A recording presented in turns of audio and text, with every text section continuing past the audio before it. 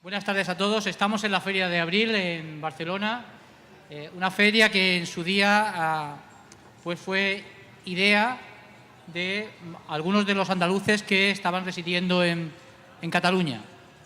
En este contexto nos ha parecido oportuno a Sociedad Civil Catalana hacer un diálogo para hablar de lo que hemos definido las miradas andaluzas en Cataluña.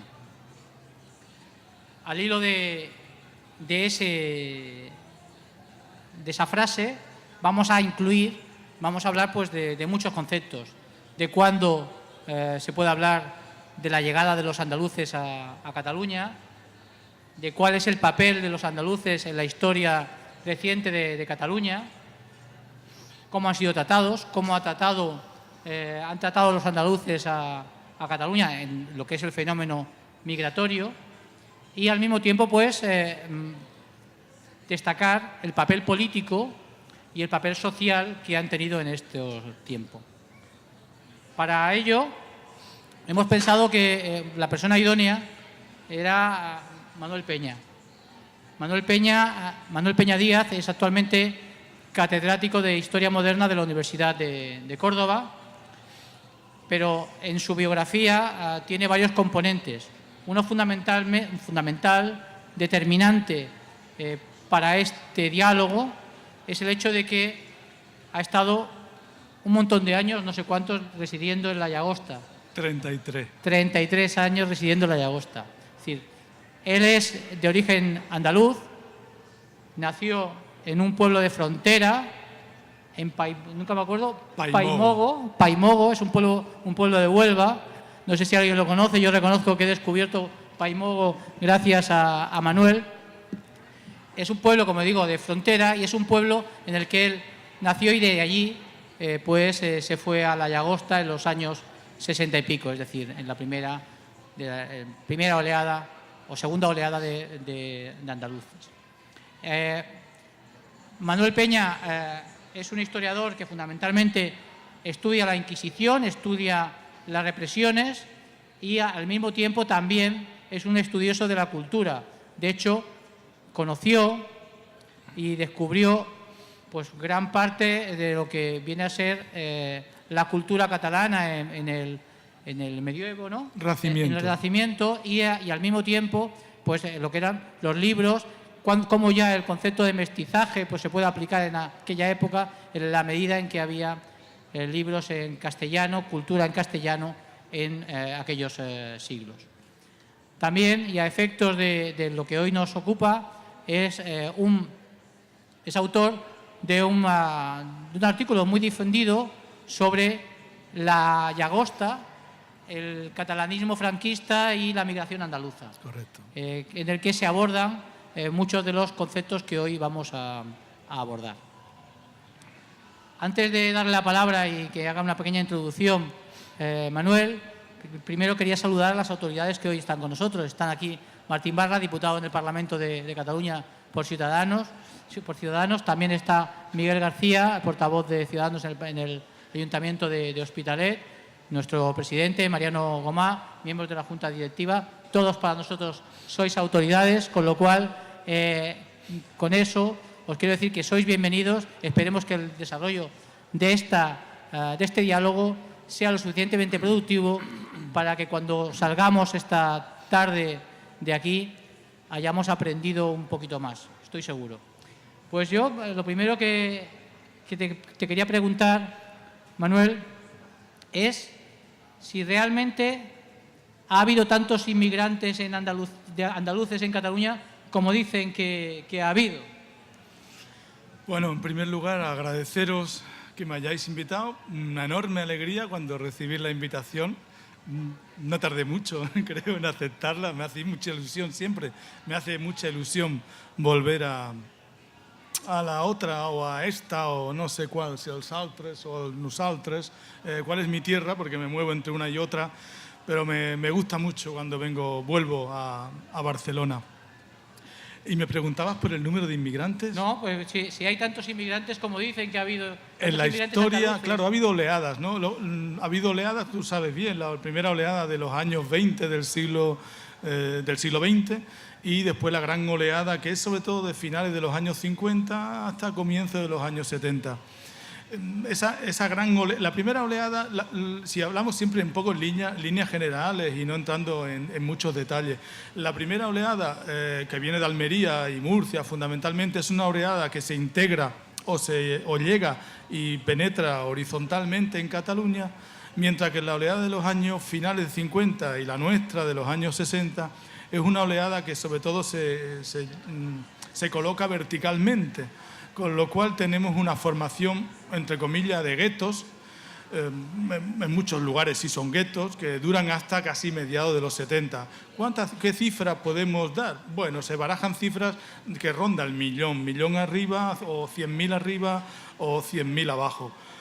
El tema es que no podemos hablar, creo, de una población homogénea. Es muy dispar en su origen, aunque vengan de un origen pobre mayoritariamente, pero incluso dispar en el origen provincial. Andalucía es una comunidad actualmente y antes una región difícil de coger. Es una comunidad que se la ha inventado prácticamente. Bueno, Blas Infante tuvo un sueño, pero cuando Andalucía se ha inventado bien ha sido después del referéndum del 28 de febrero, y el gran responsable de que Andalucía exista ahora es Canal Sur, porque Andalucía no es lo mismo Almería que Huelva, y no es lo mismo los pueblos del Bajo del Guadalquivir que la Sierra de Jaén, incluso en acentos, en léxicos, en comida es totalmente diversa. Vuelvo a lo de anterior, el origen de esa población andaluza en Cataluña es también muy diversa. Haciendo un repaso ahora mental de mi bloque en el que yo viví buena parte de esos 33 años, bueno, no puedo hacerlo porque son 8 plantas y 4 viviendas, pero si hago solamente un repaso rápido, pues de arriba eran de Almería, de otros de Jaén, el de enfrente era de Jaén también, los otros eran de Cádiz, el lado de Carmona, nosotros que éramos de Huelva, debajo de Río Tinto, los otros de Hinojosa del Duque. Eso es Andalucía. No, yo no sé que si eso es Andalucía. Yo creo que el bloque en sí era España. Si España existe, sociológicamente hablando, pues es en Parla, es en Santa Coloma, es en Baracaldo. Esa pluralidad de lo que es España existe en Cataluña, en el País Vasco y en Madrid, fundamentalmente. Y es cierto que cuando llegasteis aquí, vinisteis enviados por Franco para colonizar Cataluña y convertirla al castellano. Sí, confieso que sí. Porque... No, bueno, es una broma de mal gusto eso, ¿no? Ya sé que se repite constantemente, pero no somos colonos, lógicamente. Fue mano de obra barata, no gratuita, pero sí barata y poco cualificada. Y sobrevivimos los primeros años, pues como se pudo, en muchos pisos pateras. Cada familia es una historia, no se puede hacer tampoco un único relato. En mi casa, por ejemplo, llegamos 4 y seguimos los 4. La casa de al lado eran 12, la de enfrente eran 20 y tantos. Eso va como va, pero en absoluto, aquí éramos una mano de obra que el otro día, hace 15 días exactamente, le hicimos un homenaje en mi pueblo, en Paimogo, a un cura.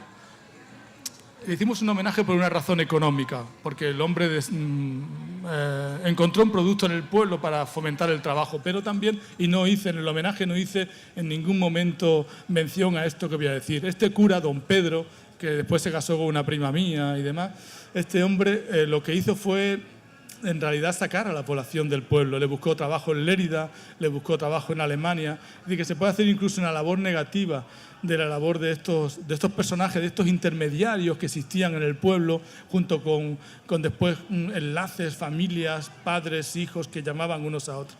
Pero esto de colonos, no por mucho que se repita, yo creo que no se puede creer. Vamos, ya sabemos que no es así. Bueno, de hecho, el manifiesto Koiné, que se presentó hace poco, precisamente hablaba de la colonización involuntaria que se atribuía a las personas que vinieron del resto de España en los años 50, 60 y principios de los 70. Jordi Pujol hablaba de 2 tipos de colonizadores. Los funcionarios castellanos, fundamentalmente, que venían, digamos, a castellanizar expresamente Cataluña, y también los andaluces, la gente del resto de España, que de una manera involuntaria pues formaban o participaban también de esa colonización. Eso lo puso de manifiesto. Eran personas desarraigadas que venían aquí cuando se refería a los andaluces. No, lo que ocurrió es que cuando llegamos dentro de la problemática que era la represión y el régimen dictatorial en el que vivíamos, en el franquismo, nosotros éramos ciudadanos de segunda, por lo menos donde yo vivía, y en otros lugares también. Es decir, el catalán, bueno, tuvo esa suerte en muchos lugares que tenía el poder municipal, con lo cual significaba todo, tener todo, el poder eclesiástico también, el poder comercial, el poder industrial, y nosotros pues aceptábamos eso. Ya lo citabas en ese artículo, la misa de 12 era en catalán en el franquismo y se bailaba la sardana. Y en septiembre, cuando se hacía la fiesta, en agosto, porque después se cambió a septiembre, en agosto cuando se hacía la fiesta con palcos, con los embalats, en los que estaba únicamente las autoridades y la élite agraria burguesa de esa zona. Y nosotros éramos ciudadanos de segunda y como tal lo aceptábamos. No es que lo aceptáramos, ¿no? Pero era lo que había, como decir, ¿no? O sea, hay un dato que es bastante desconocido. Ya sabéis lo que es ahora el CIES, ¿no? El CIES es el sitio donde se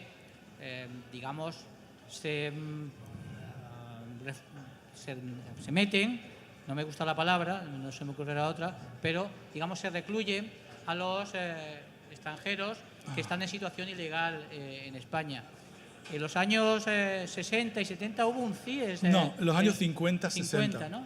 Se cierra en el 67, sí, era el pabellón de las misiones. ¿Qué misión tenía ese pabellón? Ese pabellón no era la que las autoridades de aquí, las municipales, además, en connivencia con los gobernadores civiles y en connivencia con el gobierno central, pues a todo aquel que llegaba a la estación de Francia sin papeles, sin un contrato o un telegrama, había muchas modalidades de papeles en el que podía figurar que tú tenías un contrato de trabajo o ibas a tener un contrato de trabajo o te reclamaba una familia. Si no tenías nada, pues te metían en el pabellón de las misiones, que en principio fue un pabellón para indigentes, y te devolvían otra vez.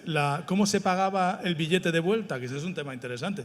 Pues lo pagaba el municipio donde se cogía a ese inmigrante sin contrato y sin papeles. En su mayoría eran andaluces. Sí, mayoritariamente andaluces. Claro, si eso también desarrolla una picaresca. A mucha gente se tiraba del tren antes de llegar a la estación de Francia y entraba andando en Barcelona. Incluso Candel, en la versión original de su Altres Catalans, que la versión original es en castellano, después lo publicó en catalán. Primero lo escribió en castellano, después lo publica en catalán y después lo publica impreso en castellano como Inmigrantes y Trabajadores en el 77. Refiere el caso extremo, me pareció, yo no conocía ningún caso así, pero recuerdo que refería a un caso de un onubense, casualmente un onubense, que había venido andando desde Huelva, impresionante, hasta Barcelona, para así evitar de ese modo que lo pudieran coger. Ese riesgo existía. Y ese millón de andaluces que llegan y de otras partes de España, porque no solamente son andaluces, cambian la sociedad catalana por completo. ¿Y en qué aspectos? Es decir, los barrios es que como decir cambia la sociedad catalana, la cultura catalana, a lo mejor no la sociedad, no sé cómo decir. Lo que sí ocurre es que empiezan a aparecer culturas catalanas, como ahora hay, ¿no? Aquí no hay solamente cultura catalana. Una cosa es el discurso oficial y otra cosa es la realidad. Hay culturas catalanas. Esas culturas catalanas surgen con la inmigración. El problema fundamental es el que refería al comienzo, es esa inmigración que se coloca verticalmente. Entonces, verticalmente es difícil que haya interacción. ¿Cuándo se producen las interacciones? Hablando siempre en líneas generales, hay muchas puntualizaciones, pero las interacciones se provocan sobre todo a partir de los ayuntamientos democráticos en el cinturón de Barcelona, cuando la política social, la política cultural de esos ayuntamientos es para esas culturas catalanas. Y vivimos, yo estoy muy contento de haber vivido en mi pueblo, en la Llagosta, un boom de mestizaje. Yo soy mestizo. Hablaba catalán en la intimidad, ¿no? Es una manera de bromear, ¿no? Pero quiero decir que mis primeros amoríos fueron catalanohablantes. Y tan contento. De hecho, tú de joven editaste una revista que se llamaba Mestizaje No, Cultural. una revista no. Lo que creamos fue una asociación a finales de los 80, comienzo de los 90 en la Llagosta, que se llamaba Mestizaje Cultural, Mestizaje Cultural. Y bueno, hicimos algunas cositas, pero la presión era tan grande que no tiró para adelante. Sin embargo, la palabra mestizaje no ha estado siempre bien vista. Bueno, es que el discurso nacionalista tiene ese problema, que es el rodillo, la titulación. La mejor reivindicación del mestizaje, que se ha de asociar con la hispanidad no es españolidad, hispanidad no es imperialismo. El concepto el concepto que nutre hispanidad es mestizaje. Eso lo decía muy bien un antropólogo catalán exiliado, que retorna aquí en los años 50 como profesor en la Complutense y después en Barcelona, y que uno de sus grandes libros se llama El mestizaje en Iberoamérica, un hombre del PSUC en la República, que se llamaba Claudi Esteve Fabregat. Y no sé por qué vive todavía, creo. Debe tener 99 años, o que nació en el 18 o cosas así. O sea, que vive todavía. Yo no tengo noticias de que haya muerto. Y esa gran mente que hizo toda la antropología catalana, Joan Prat, Bestard, toda la escuela catalana, Horacio Capell es geógrafo, pero también tiene relaciones con él, y toda la antropología catalana, Joan Frigolet, son discípulos de Claudi Esteve Fabregat, que se formó en México, catalán exiliado, como digo, del PSUC, y es el que invoca, para el caso de Iberoamérica, y mestizaje. Y, sin embargo, las lecturas políticas posteriores del concepto mestizaje e hispanidad lo asocian con españolismo en el sentido más burdo, más tosco del término. Todo lo contrario. Si algo, por ejemplo, el mundo iberoamericano es fundamentalmente un mundo sincrético, de cruces, y lo que sucede en la Llagosta y en Santa Coloma y en Hospitalet y en Cornellá, en todo el cinturón industrial, o rojo, o rosa, o como se quiera, o naranja de Barcelona, es mestizaje. Un mestizaje que lamentablemente se frena con una política de normalización a mediados de los años 80, de la que son cómplices los ayuntamientos. Claro, porque es que yo creo que el tema del mestizaje va fundamentalmente en contra del esencialismo cultural que aquí se ha practicado en muchas ocasiones. En aquellos años, la problemática y la preocupación del nacionalismo en Cataluña era la integración. El concepto de integración, que ahora no se oye tanto, pero entonces era muy frecuente que hablaran de la integración, cuando no de la asimilación. Es asimilación, sí. Claro, no se atrevían a decir asimilación, pero en realidad era integración. Correcto. Se hablaba de integración, pero claro, ¿qué conllevaba ese esencialismo cultural de determinadas élites en Cataluña con respecto a la gente que venía de fuera? Fundamentalmente, la asunción del hecho nacional catalán y de la lengua. Y si no se producía, ya no se consideraba catalán. Es decir, el concepto de lengua propia, el concepto de que tú tienes que asumir, no es que aportes tu cultura a tu lengua, sino que tú asumas la que hay de aquí, la que es de aquí, porque es la propia. Eso yo creo que ha sido un concepto que todavía crees que arrastramos. Claro, bueno, no lo sé, yo me siento muy libre en estos momentos. No, pero en general. Ya, pero digo, ahora yo me siento... Tú vives en Andalucía. Claro, y de verdad que allí no hay presión ninguna y se vive muy bien dentro de los problemas que hay en todos los lugares, ¿no? Pero digo en referente a esto, ¿no? Hay una cosa que creo que hay una situación, una tensión que quizás no se ha subrayado lo bastante, ahora que estamos poniendo en entredicho, que hay una corriente que pone en entredicho la transición. Y en la transición política hay elementos positivos, pero también elementos negativos, y podemos hacer crítica, autocrítica. Y uno de los elementos negativos de la transición fue ese pacto silencioso, ese pacto de sumisión de las fuerzas de izquierda al nacionalismo catalán. Las fuerzas de izquierda, todos lo sabéis, parecía que no tenían pedigrí o no tenían el predicamento necesario si no asumían el Cataluña como nación. En ningún momento la transición se planteó algo tan básico de Cataluña no es una nación. Cataluña, en primer lugar, es una noción, y después hablamos. Las naciones son construcciones, comunidades imaginadas. Hay grupos dentro de la cultura catalana, de las culturas catalanas, que pueden hablar de Cataluña como nación, pero eso no debe convertirse en un dogma innegociable. Ese dogma innegociable se plantó encima de la mesa por una concesión que hizo el PSC con el famosa cesión, ¿no?, a Miquel Roca en las reuniones para elaborar la Constitución. Esa cesión a las nacionalidades, esa carta libre, esa barra libre para que los nacionalismos pidan y coman lo que quieran y pagamos la consecuencia. Ese es uno de los graves problemas de una transición que en aquel momento se creyó conveniente, pero que fue errónea. Consecuencia de eso, lo que estabas refiriendo, esa sumisión de las fuerzas transformadoras, de las fuerzas que teníamos en los movimientos vecinales, en una lucha en comisiones obreras, en el PSUC. Se transformó todo en un movimiento reivindicativo en lo social, en búsqueda del bienestar social y demás, pero muy sometido a las élites, al discurso oficial de las élites catalanas, que se fundamenta en el dogma de algo indiscutible, que es falso, que es discutible, que es el dogma de Cataluña como nación, que además se asienta, como sabéis, y como tú has dicho, en la lengua propia, que es una de las grandes falacias. No existe una lengua propia, jamás ha existido una lengua propia. Una cosa es que a base de repetirlo no lo creamos. Ni el castellano es una lengua propia de Cataluña, ni el catalán es una lengua propia de Cataluña. Existen lenguas que la hablan las personas, están más que debatidos, y entre vosotros he seguido muchas veces muchos comentarios y lo tenéis absolutamente claro. Lamentablemente es que a pesar de que lo digamos, eso no se transfiere al debate público, y lo necesario y lo más grave no se transfiere al mundo de la enseñanza y de la educación.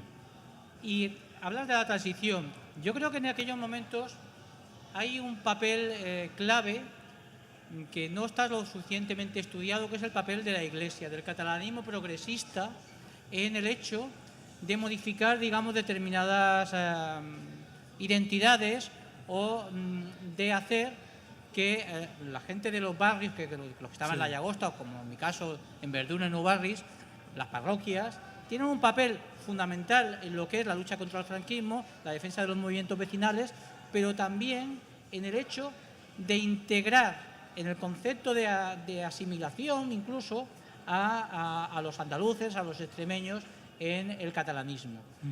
Yo creo que eso, ¿tú crees que fue estudiado, surgió? No se ha estudiado sobre todo el papel de la Iglesia catalana en el franquismo, pero en tanto como opositora. El papel de la Iglesia catalana como aleccionadora de catalanista en la transición, yo no sé si se ha estudiado, me parece que no, pero no hay que más que acercarse a los orígenes de eso, que es el famoso centro, las excursiones del Padre Valle y todos los círculos católicos alrededor, todos los Puyoles, Vázquez Montalbán, que salen del mismo círculo de Barcelona, de catalanismo amparado por la Iglesia, pero eso tiene, o sea, no todas las iglesias catalanas en el cinturón se comportan del mismo modo, porque hay una iglesia resistente, vamos a llamarla entre comillas resistente, a la españolización, que es la que, por ejemplo, subsiste donde yo vivía, que era un cura Mossampera, era un cura violentamente nacionalista durante el franquismo, y nacionalista catalán. Y después se inician esa nueva política que dirige, yo creo que vino dirigida desde el arzobispado de Barcelona, en el que van apareciendo los curas jóvenes creando los splais y los centros excursionistas, pero antes de todo nos enseñaron, nos cedieron, ¿os acordáis?, ¿no? Nos cedieron, nosotros jugábamos en campo de patatas, pero nos cedieron un solar al lado de la iglesia donde se hacían campeonatos de fútbol, y eran los curas los que montaban los equipos y demás. Fueron medidas para ir integrando, como tú dices. Es curioso porque, fíjate, ahora me viene a la mente ese cura, el Mossampera, que hacía las misas a las 9 para castellanos y a las 12 para catalanes. Y ese cura, que tenía su barragana, además, que vivía, le llamaba la sobrina, que vivía allí en la casa, y que nos odiaba a todos porque hablábamos castellano. Pasados los años, después vino un cura, que fue el que empezó a meter en los curas, favoreció aún más, porque la iglesia se fue quedando vacía. Y entonces un cura vino, un nuevo, que se llamaba Serra, y que fomentó aún más esta participación de los jóvenes en Splice. Un día hablando de Mosempera con una catalana que era, las filiaciones son asombrosas, una catalana de la Llagosta que era sobrina nieta del jefe de Esquerra Republicana, pero que era hija del jefe de Falange y que después en la transición estaba vinculada al franquismo, lógicamente, antes de la transición, y que durante la transición se hizo votante de Convergencia. En ese revueltillo, ese batiburrillo, pues esta mujer me dice, Mosempera era un hombre muy bueno. Realmente el que era malo y xenófobo, eso me dijo ella, el que era malo y xenófobo, el que os odiaba, era Mosén Serra, el que tanto sonreía y llenó la iglesia con actividades de ese tipo. Porque existían dos comunidades y me gustaría que valoraras el lerrouxismo. En los años 70 y pico, hasta los años 80, cualquier movimiento que haya tratado de defender, reivindicar, abordar la defensa pues, de la lengua, de los derechos lingüísticos de los castellanohablantes en Cataluña, automáticamente ha sido aplastado con el concepto de lerrouxismo. De hecho, el papel del Partido Socialista de Andalucía en las elecciones del año 80 Correcto. es también aplastado con el concepto de lerrouxismo.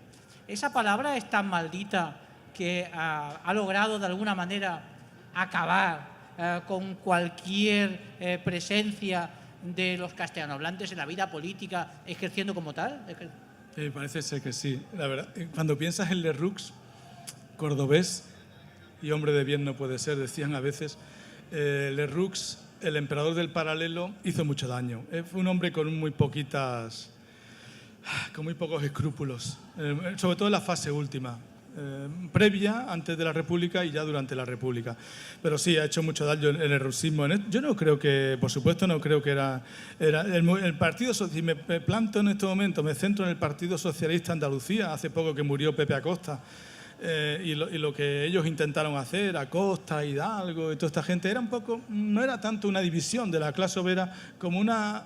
Porque después Pepe Acosta, cuando se fue a Córdoba, por eso tuve más trato con él se fue antes que yo, Pepe Acosta se metió, fue concejal con Julián Guita en el Ayuntamiento de Córdoba, o sea que de Izquierda Unida, ¿no? No, todavía no era Izquierda Unida, bueno, sí, Izquierda Unida, convocatoria por Andalucía, eran aquellos años y demás. Ellos lo que reivindicaban era un reconocimiento de ciudadanos de primera, vamos a llamarlo así, o ciudadanos a secas de los andaluces en Cataluña. No se buscaba nada más. Pero reivindicaban una identidad andaluza también en aquellos momentos.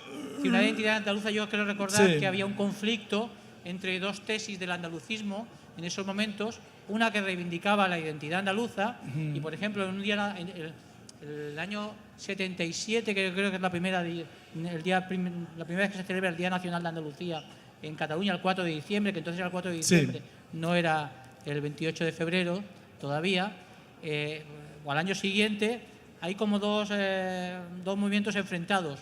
Uno que reivindica la identidad andaluza, que es el concepto de Acosta, y otro que pedía la solidaridad del pueblo catalán con los andaluces. Y decían los de aquí, no hay que solidarizarse porque lo que hay que reivindicar es nuestros derechos como andaluces en Cataluña, ¿no? Era un poco identitario. Estas dos comunidades que incluso se llegaron a plantear en las elecciones del año 80 con las listas electorales, no sé si te acuerdas que... Dos diputados, ¿no? ¿Salieron? Sí, pero hubo un amago de crear una lista integrada por los castellanohablantes, gente que venía de Aragón, de Extremadura, Andalucía, y otra, y a la que se incorporaban las andaluces, y otra que finalmente es la tesis que vence, que es la del Partido Socialista. Del Partido Socialista Andaluz. Hay un dato muy curioso que no sé si conocéis en aquella época, que antes lo hablaba con Manuel, que es que en el año 80 hay una encuesta de opinión que organizó el Partido Socialista sobre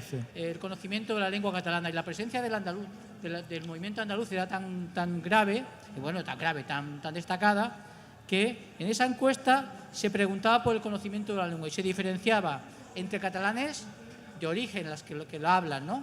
Se hablaba del 93% de los catalanes de aquí que hablaban el catalán. Inmigrantes, entonces se hablaba de inmigrantes que lo hacen, es decir, que hablan también catalán, y se hablaba del 39%, hablaban del año 80. Y como un elemento diferenciado de los inmigrantes, y los andaluces que hablan catalán. Es decir, se diferenciaba entre los andaluces, que eran un 20% que hablaban catalán, el resto de los inmigrantes, que era el 39%, y los catalanes de aquí. Es decir, para que veáis la importancia que tenía en aquellos momentos el andalucismo, el movimiento andaluz, de alguna manera. De hecho, había incluso un diario que se llamaba Tierra del Sur, que creo que se editaba aquí, o la Novena Provincia, es decir, sí, que se hablaba aquí. Es decir, que el concepto de dos comunidades estaba presente en aquellos momentos de una manera bastante, digamos, reivindicada por algunos sectores, ¿no? Yo ahora, con el paso del tiempo y mirándolo a la distancia, no lo veo tan claro. Y participé y lo confieso, con 17 años en aquellos primeros mítines del Partido Socialista de Andalucía, en un cine en San Ildefonso, y lo reventaron la gente del PSUC. Al grito de fascistas. Al grito de fascistas, señorito fascista. Yo me quedé alucinado, porque no entendía nada. Es que no entendía nada, porque tenía 17 años. Pero yo ahora no lo veo tan claro. Creo que hubo una lucha soterrada entre grupos de las élites aquí, élites que habían mantenido el poder, élites que querían coger el poder, de familias distintas, y los andaluces estaban por medio. No olvidemos que Pepe Acosta, también hay que recordarlo, ¿no? Pepe Acosta en las primeras elecciones va con Pujol. Y cuando dimite, no recuerdo qué diputado, dimite de Convergencia, el que tenía que entrar era Pepe Acosta, y él esperaba entrar como diputado. Y sin embargo, no sé qué ocurrieron, que no me acuerdo bien ya, pero que no entró Pepe Acosta, y como rebote él, que ya era profesor de universidad, aquí en la Universidad de Barcelona, de Derecho Constitucional, ¿no? Pepe Acosta entonces se vuelca y hace migas con esta gente, ¿no? Con Rojas Marcos. En fin, es curioso, pero hay toda una... Creo que hay un muchacho que no está aquí, no me acuerdo cómo se llama, de la Universidad Autónoma de Barcelona, de contemporánea, que está estudiando un poco esto de cómo se compone, las negociaciones, las tensiones, este movimiento andalucista en Cataluña, que prácticamente fue flor de un día, porque yo no tengo muy claro que los andaluces en aquel momento mayoritariamente, o un bloque muy importante, estuviesen por esa labor. No veían claro que desde Andalucía vinieran a reclamar, los andaluces, a reclamar el papel que tenían aquí, ¿no? Es un poco... ¿Y los derechos lingüísticos en aquel momento, tú crees que hubo una cesión clara? Es decir, se produce la ley del 83, la ley del 83 en la que está presente el Partido Socialista andaluz, ya absolutamente desmantelado en aquellas fechas, pero la ley de normalización lingüística no se llega a reconocer nunca, desde entonces, los derechos lingüísticos de los castellanohablantes en Cataluña. Hombre, están reconocidos en la Constitución, pero otra cosa es la realidad, ¿no? Ya lo sabemos.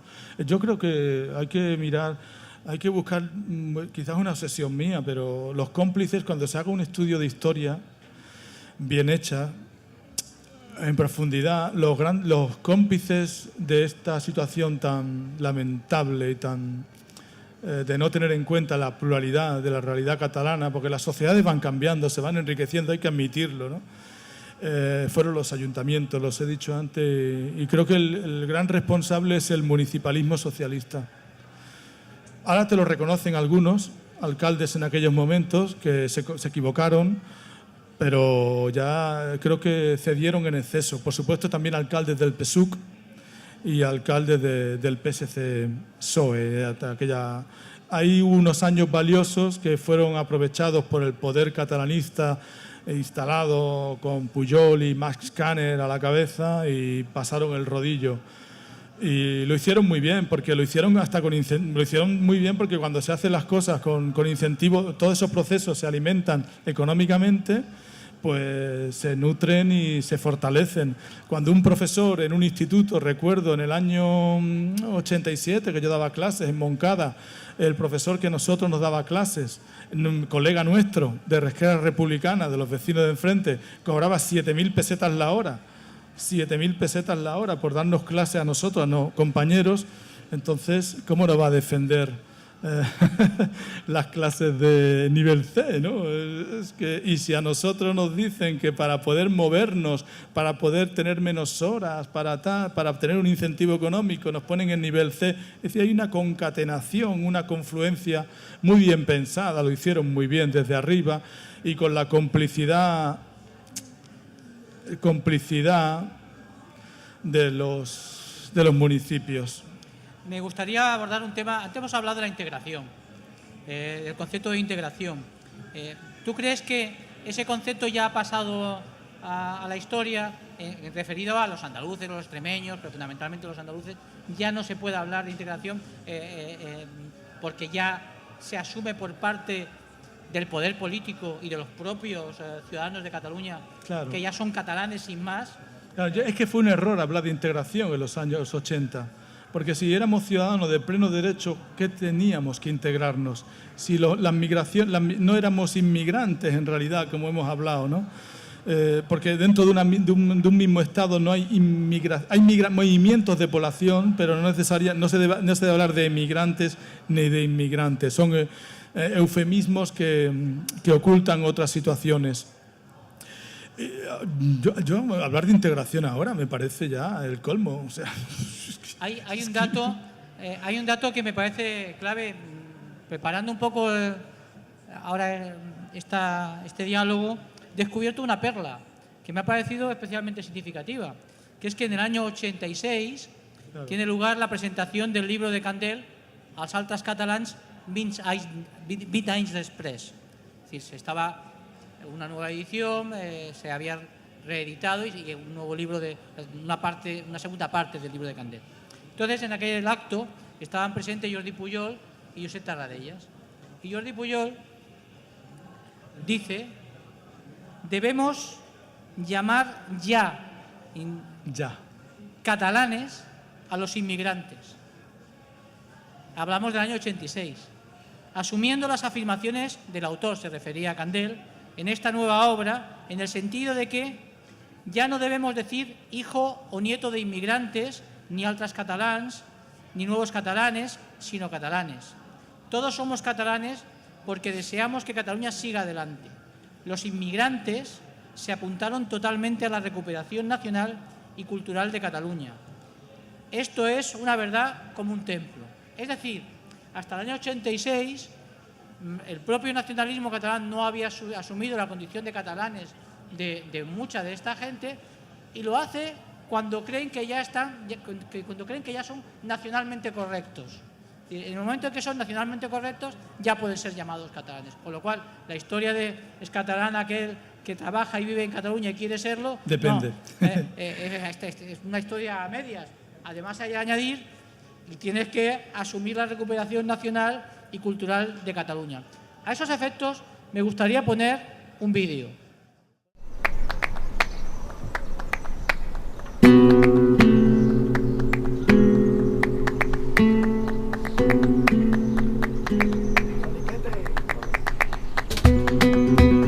Amo mis orígenes andaluces. De Jaén. De Málaga. De Granada. De Sevilla y de Ciudad Real. De Algeciras y de Vilanova y la Geltrú. De Zamora y de Barcelona. De Almería. De Albatera y de Valencia. Llegué a Cataluña a los 9 años. Aquí me he criado y aquí he enterrado a mis antepasados. Aquí he progresado. Aquí he hecho mi vida y aquí la haré. Vaig néixer a Santa Coloma de Gramenet. En Barcelona. En Vilanova y la Geltrú. De muy pequeña vine a Tarragona. Vine a los 12 años. No soy un inmigrante. Eres inmigrante durante el traslado. Cuando llegas dejas de ser inmigrante. Somos gente de tradiciones y culturas diversas, que en Cataluña hemos hecho nuestra vida.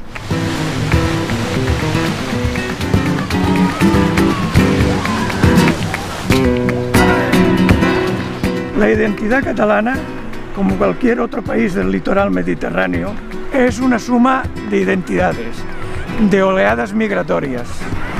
Somos una cultura mestiza y viva. A casa parlàvem amb la meva mare en català i amb el meu pare en castellà. Tothom que viu a Cataluña es català, si vol ser-ho.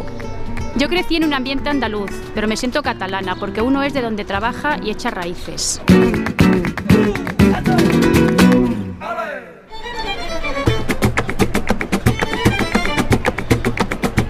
Cataluña es mi casa, porque soy parte de esta sociedad. Somos catalanes por derecho propio y por el trabajo de nuestros padres. Codo a codo con los que ya estaban aquí, somos la Catalunya real. Som catalans perquè volem ser-ho, sense demanar permís, sense demanar perdó. Som ciutadans de Catalunya. Ni traicionamos nuestros orígenes, ni nos gustan aquellos que nos tratan con paternalismo. Cuando vinimos, hicimos la primera barraca que hubo en Montjuïc, en el año 45. Érem una família molt modesta i ningú ens va regalar res, però vam millorar. Vivíem 9 persones en un pis de 50 metres cuadrats. Somos catalanes de raíces diversas, de clase trabajadora, y luchamos por nuestro bienestar. Nos dejamos la piel en Cataluña por una sociedad más justa y por la libertad. Queremos un futuro mejor, con buenos servicios públicos y un medio ambiente limpio.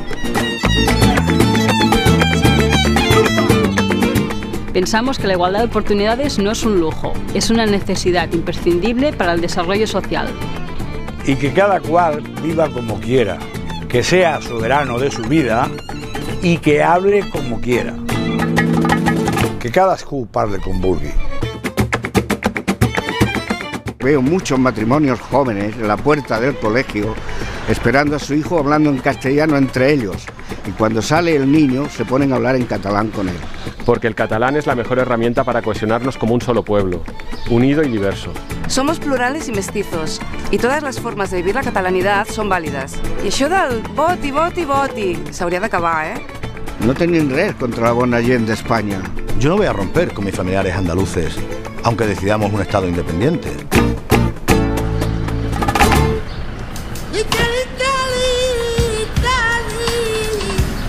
Quiero que mis impuestos se queden aquí y que mis hijos estén bien cubiertos. Por eso quiero la independencia. Que nuestro esfuerzo vaya para nuestro bienestar.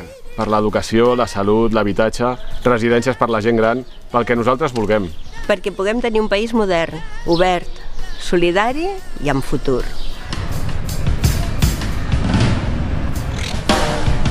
La cuestión es dependencia o independencia, y por los perjuicios que nos causa el Estado español, nuestra voluntad es independencia. Estamos hartos de una España que no nos interesa y que nos maltrata. Y hemos decidido independizarnos de una vez por todas. No vamos contra nadie, pero queremos hacer nuestro propio camino. Aspiramos a una Cataluña independiente. Y nos corresponde decidirlo a nosotros, a cada uno de los catalanes. Porque lo que es mejor para Catalunya és lo mejor para todos nosotros. I perquè la Catalunya que nosaltres deixem és la que rebran els nostres fills i nets.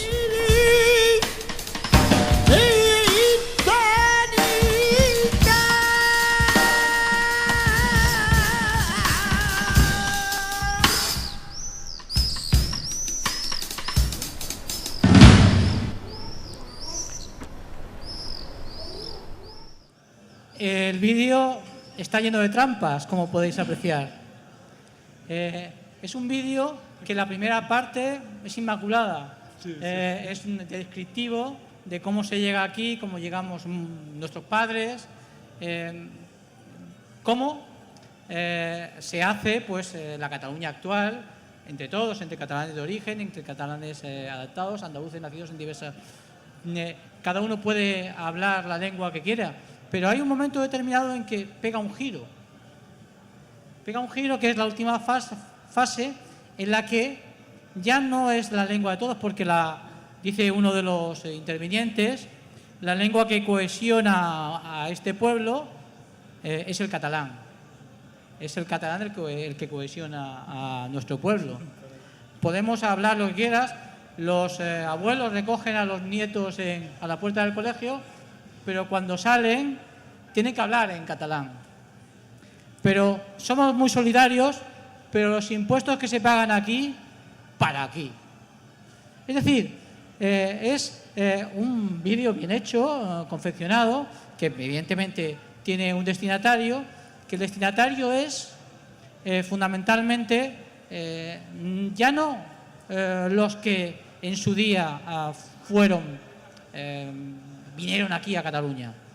No, el destinatario son los castellanohablantes. Prácticamente está rodado en su integridad en castellano. Es un vídeo de una asociación que se llama Altras Andalusus. Digo que se llamaba porque ahora está bastante opaca, muerta, está en rivalidad con Súmate. Y me gustaría que viéramos otro segundo vídeo. Perdonad que os esté preguntando la paliza, porque es que creo que es bastante interesante para que veáis cómo evoluciona el tema. Es decir, estamos hablando en el 2013 igualmente, una organización que habla de mestizaje, habla de una Cataluña plural, pero ahora tenemos otro vídeo de Súmate, los amigos que están allí enfrente. ¿Puedes poner? Lo que Susana Díaz no quiere oír. Hola, me llamo Eduardo Reyes, soy socio fundador y presidente de Súmate y soy de Córdoba. Tengo 63 años. Y mis padres, cuando eligieron a Cataluña para dar a su familia una vida más digna, lo hicieron porque Cataluña era una tierra que daba posibilidad y oportunidad a todo el mundo. Me siento totalmente integrado en Cataluña porque yo tengo una hija catalana, mi mujer es catalana, tengo 2 nietos catalanes y por lo tanto me siento totalmente catalán. Toda mi familia está en Cataluña, también tengo familia en Córdoba y además pues me he integrado totalmente en Cataluña contribuyendo a construir una Cataluña digna para todos y sobre todo para el futuro de una juventud y para el futuro de mis nietos y tus nietos. Este era un vídeo que hace Súmate también, digamos, para promover la participación en la consulta del 9 de noviembre y lo hace con el concepto de integrado, es decir, vuelve otra vez curiosamente, Eduardo Reyes, que actualmente es diputado en el Parlamento de Cataluña por Junts pel Sí, ya lo sabéis que, digamos, que el premio que se le da a Eduardo Reyes, como a otros diputados como Gabriel Rufián, es que en ese mundo que hasta ahora era muy reacio a lo que era la comunidad castellano hablante, por arte de Birli Birloque, resulta que descubren que merecen ser diputados, que merecen tener un protagonismo público y que además se crean asociaciones como Súmate dirigidas a los castellanohablantes que quieren la independencia o que promueven la independencia. No es gratuito este trabajo. Hasta ahora hablábamos de que los derechos lingüísticos de los castellanohablantes, digamos que eran bastante ignorados, y resulta que de golpe, a partir del año 2013, es clarísimamente fomentada asociaciones de castellanohablantes, es decir, de una comunidad lingüística que fomenta la independencia. Os he de decir que este es un dato nuevo en Cataluña. Hasta ahora, el concepto de comunidades lingüísticas había sido rechazado de una manera tajante por parte del nacionalismo, del independentismo. Y curiosamente lo recupera el independentismo, el nacionalismo, para reivindicar la independencia. Y lo hace para convencer a los castellanohablantes de que con sus impuestos pues se irán mejor, las pensiones serán... El vídeo avanza y llega a decir que con las pensiones, con la Cataluña independiente, pues sus nietos tendrán más derechos, mejor sanidad y además más pensiones. Por lo tanto, hay una clara campaña del independentismo dirigida a la reivindicación de los castellanohablantes como sujetos de derechos a efectos de la independencia. Cuando se produce el manifiesto Koiné, hay una parte del independentismo que se enfada mucho precisamente porque se le rompe toda la dinámica, todo el proceso que habían ideado para convencer a los castellanohablantes de que se sumen a la independencia. Pero, ¿qué pasa cuando alguien dice algo como esto? Bueno, este año, en 2014, sobre la independencia, ¿cómo ves tú toda esta situación? Pues yo no quiero independencia, porque yo soy andaluza, soy española y vivo aquí en Cataluña y me encanta Cataluña. Si la hacen independiente, la hacen un país, entonces me tendría que tener que ir. O sea, y yo no me quiero ir. Me gusta mucho Cataluña, me quiero quedar. Pero te tendrías que ir, no creo que hubieran tanques, ¿no? No te echarían, ¿no? De Cataluña. Sí, con la Nacha, muchacho. Qué loco que está. Esto me está muy loco, ¿eh? Pero no quiero más independiente, yo me quiero quedar aquí. Yo vivo bien. ¿Para ti qué es ser una andaluza? Dime lo que es ser una andaluza hoy en día y siempre. ¿Ser andaluza? Sí. Lo mejor del mundo. Ahora mismo para mí lo mejor del mundo. ¿Qué diferencia hay en andaluza? Es decir, el carácter, todo, las personas, todo así, depende de donde tú nazcas y donde tú vivas. Siempre la gente del sur tiene otra forma de vivir y otra forma de ser que la gente del norte, es así. Eso no significa ni mejor ni peor. No sé si la habéis conocido, es Tamara, es una cantante muy famosa que vive en Castelldefels y que cometió el error en un programa de Canal Català de sincerarse con el locutor y reconocerse su condición de andaluza, catalana, española y que estaba en contra de la independencia. A partir de ese momento recibió miles de tuits amenazantes y, digamos, cuestionando su posicionamiento. Tal fue así y tal fue la presión que a la semana ella pidió perdón en público por si había ofendido a alguien por sus declaraciones. Claro, digamos que se está preparando el terreno para ampliar la base social, de manera que se seduce con organizaciones como Sumateo o otras andalusos, al tiempo que se castiga a aquellos andaluces que residen en Cataluña o españoles en definitiva que se manifiestan claramente en contra de la independencia, porque no se quieren ir de aquí.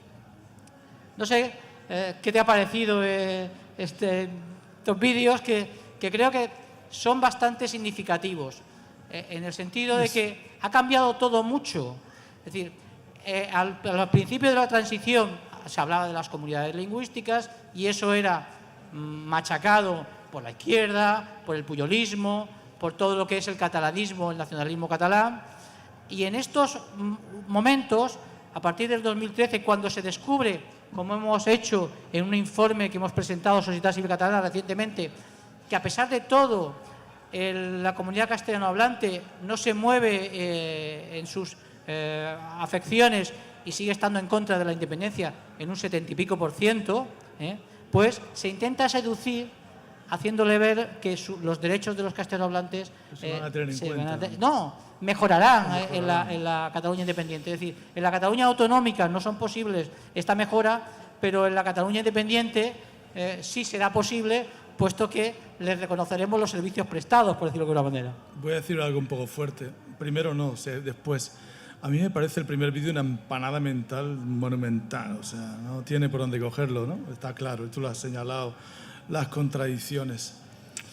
Le voy a decir algo que quizás moleste mucho, pero es real. En Andalucía hay un comportamiento muy compartido entre los andaluces todavía, sobre todo de generaciones, no de la mía, mayores, incluso también algo más jóvenes, de sumisión al poder. Lo que reproduce ahí este hombre, Eduardo Reyes, es un comportamiento efectivamente bastante extendido en Andalucía, que es la sumisión. La sumisión a cambio de un pequeño reconocimiento económico. Andalucía existe por eso, seamos sinceros, ¿no? Hay una política, la política del subsidio, que fija a la población en los núcleos rurales, sin los cuales los núcleos rurales andaluces, sin ese subsidio, los núcleos rurales andaluces se hubieran despoblado en los últimos 20 años, así que hay una lectura positiva, si se quiere, de ese subsidio por trabajos apenas ni cualificados ni productivos, pero al mismo tiempo ha generado que el nuevo caciquismo andaluz, que es al que se somete, en este caso en Cataluña, Eduardo Reyes, al caciquismo catalán. El caciquismo andaluz en este momento lo ejercen los alcaldes, que son los que reparten los subsidios. Antes se tocaba con el pie en la plaza del pueblo para que fueras a los jornales y ahora se te llama al ayuntamiento o no. Se va al ayuntamiento y se reclama de por qué no me has llamado a mí para barrer las calles y tener las peonadas suficientes para cobrar el paro mínimo y toda la picaresca que eso conlleva. Es muy triste, pero es así. O sea, Andalucía son varias, lo decía antes, ¿no? Son varias Andalucías. Hay una Andalucía oficial, que es la Andalucía del discurso susanista, como dice mi colega de Crónica Global, que me encanta porque lo leía antes en el Mundo, es la oposición, le cerraron el Mundo. que es Carlos Mármol, al que recomiendo que lean todos los lunes, porque él fue el que acuñó el concepto de peronismo rociero, al referirse a Susana Díaz.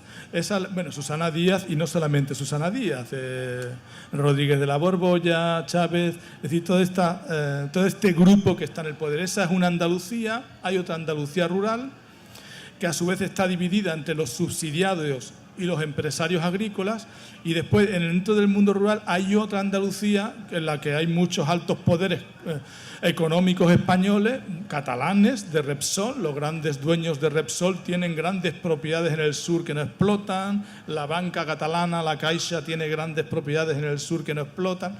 Eso es un universo, el político, y después está la Andalucía urbana. La Andalucía urbana tiene otro mecanismo de movimiento sociológicamente. No es lo mismo Lepe, que es un pueblo con un empuje extraordinario, o los pueblos de Almería, Elegido, o Peñarroya, Pueblo Nuevo, Pozo Blanco en Córdoba, en fin, distintos lugares. Hay muchas Andalucías, pero lamentablemente, insisto, hay una Andalucía que todavía reproduce comportamientos del pasado, que son esos de ahí. Y el comportamiento de Súmate no es de ultraderecha, es muy fácil de llamarles fachas, pero sí es un comportamiento de una mente reaccionaria, no conservadora, reaccionaria, que no quiere cambiar, que no acepta una realidad que empuja y que transforma. Y eso es lo que me parece. Para terminar, me gustaría que abordaras el concepto de agradecimiento, de sumisión. Has hablado de un poder sometido al cacique catalán, ¿no? En este caso entendido como el poderoso político que ha controlado. En los pueblos, sí, correcto. ¿Y qué papel tiene aquí el agradecimiento? Esa figura del... Yo le debo a Cataluña. Yo le agradezco a Cataluña todo lo que ha dado por mí. Metafóricamente está muy bonito. ¿Y? Metafóricamente, yo no le debo a Cataluña nada. ¿Qué voy a deberle yo a Cataluña? Cataluña es Cataluña. Cataluña es un territorio con muchos pueblos maravillosos, de la Cataluña andins, de la Cataluña del Maresme y de la Cataluña de lo que sea, del Segre.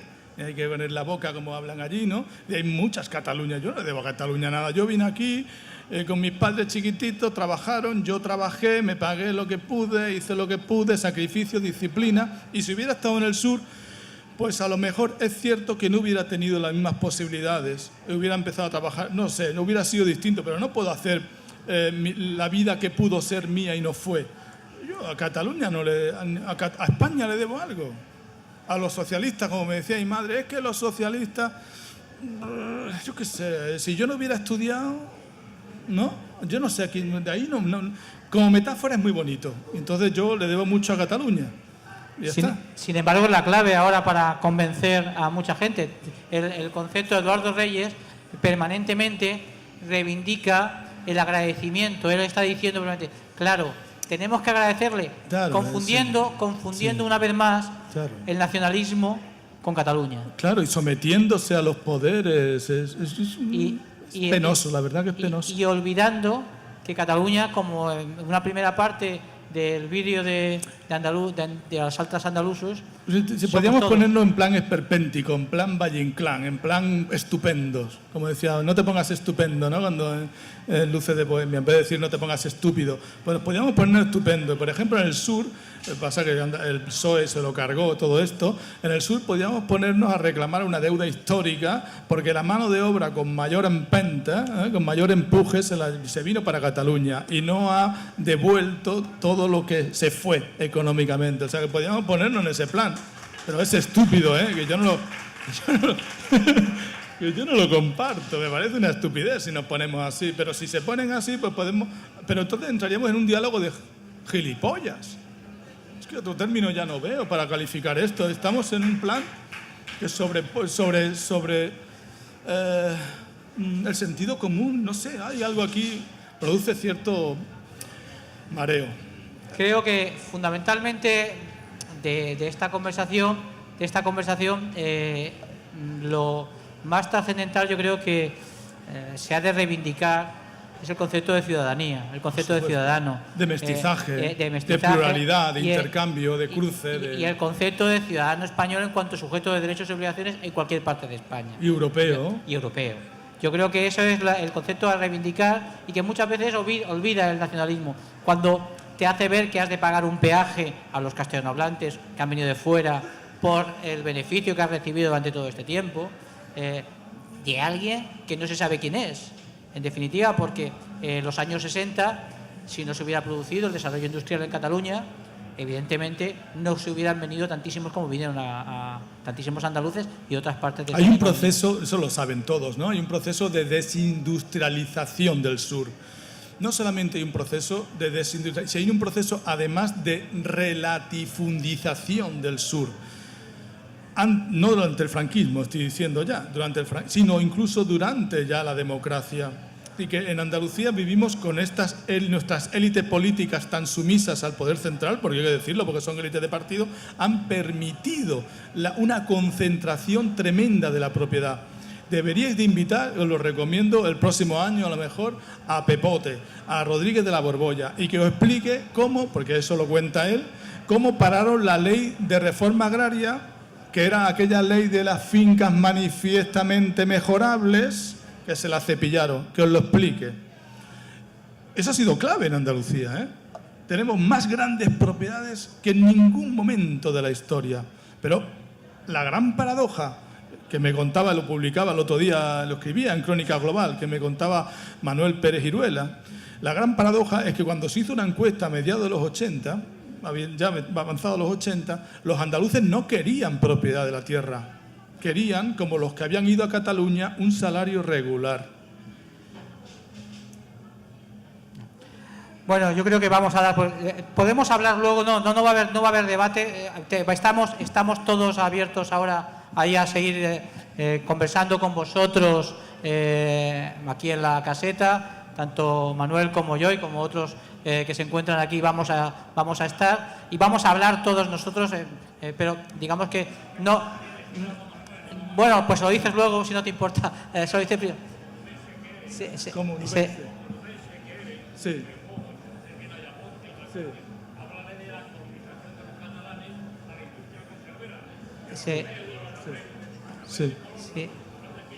No, pero no se consideran allí. Es muy curioso.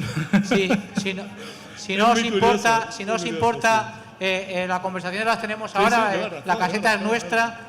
Si quieres contestar, pero cuando ves un apellido catalán, hay muchos apellidos catalanes en Huelva, muchos, y la mayoría son de Isla Cristina, de Lepe y de Isla Cristina. Castel, sí, toda esta zona, toda la franja que va de Isla Cristina, de Lepe, de la Antilla hasta Ayamonte, toda esa zona. Y Isla Cristina la fundaron catalanes.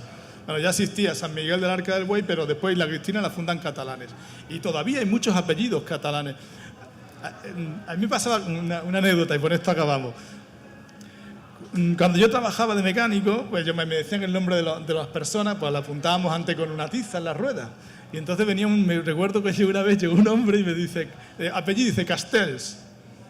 Pero me lo dijo con un acento, no Castells, un acento andaluz, que digo, me quedé un poco, digo, ¿de dónde es? Dice, de Isla Cristina. Digo, claro.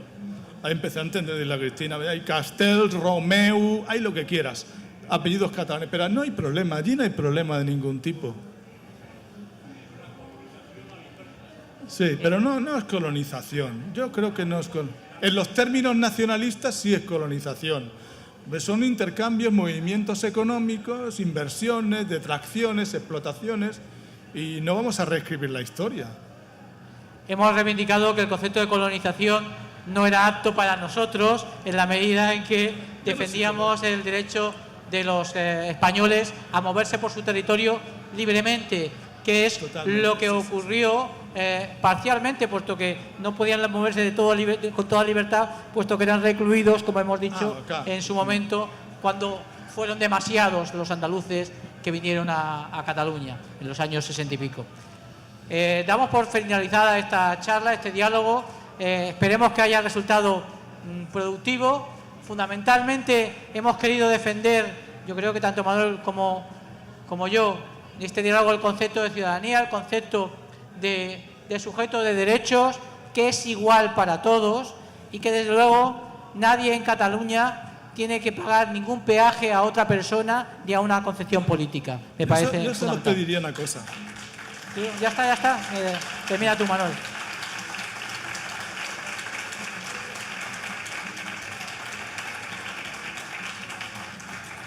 En Andalucía hay que explicar todo esto. Ciudadanos no lo hace, ni lo sabe hacer, ni se está comportando bien tampoco. Se pone de perfil en muchísimos problemas.